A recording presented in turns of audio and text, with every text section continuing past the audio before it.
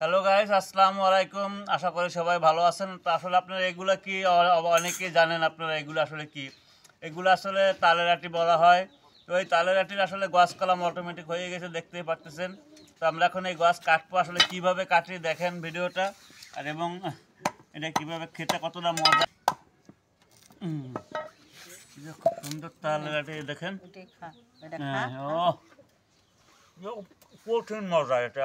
আসলে আমাদের গ্রামের দিকে এই শীত সময় আসলে গাছগুলো ফোটে। এই শীতের সময় এখন আমরা আসলে এগুলো উঠাই। অনেকে এগুলো করে খায়, কী করে খায়, অনেকে রান্না করে খায়, নারকেল দুধ করে, খুবই মজা লাগে। এবং কেউ কাঁচা খায়, খুবই ভালো লাগে।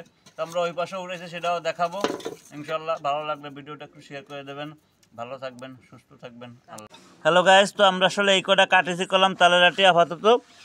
আর বাকি অংশ যে কাটতেছে আমার বোন, দেখতেই পারতেছেন। পাও খাল যাচ্ছে, মশা কামড়াচ্ছে, পারতেছে না। যাই হোক, তো এই যে দেখতে পারতেছেন কলাম